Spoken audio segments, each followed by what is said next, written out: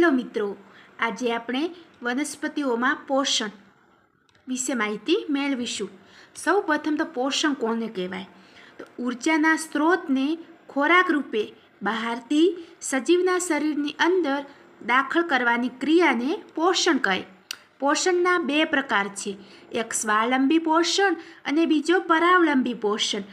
પરાવલંબી પોષણને વિષમપોષી પોષણ પણ કહેવાય છે। સ્વાવલંબી પોષણ તો કે જે સજીવ પોતાનો ખોરાક જાતે તૈયાર કરે તેને સ્વાવલંબી પોષણ કહે।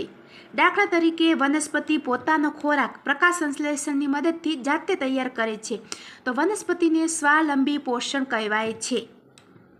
હવે પરાવલંબી પોષણ, તો પરાવલંબી પોષણ ત્રણ પ્રકારના છે।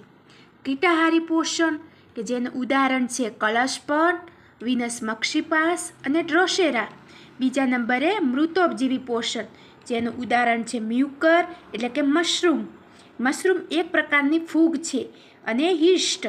અને ત્રીજા નંબરે પરોપજીવી પોષણ, જેમ કે અમરવેલ અને ગળો। તો કીટાહારી પોષણ, કીટાહારી પોષણ કોને કહેવાય? તો કેટલીક વનસ્પતિ શું કરે, કીટકોને શિકાર કરીને તેનું પાચન કરે, તો તેને કહેવાય કીટાહારી પોષણ। જે કલસ્પર્ડ છે એમાં એ હરિતદ્રવ્ય ધરાવે છતાં પણ એ કીટકોનું ભક્ષણ કરે છે, એટલે એને કીટાહારી પોષણ કહેવાય। હવે મૃતોપજીવી પોષણ, કે જે મૃત અથવા સડેલા હોય એમાંથી પોષણ મેળવે તો એને મૃતોપજીવી પોષણ કહેવાય, જેમ કે મશરૂમ અથવા યીસ્ટ।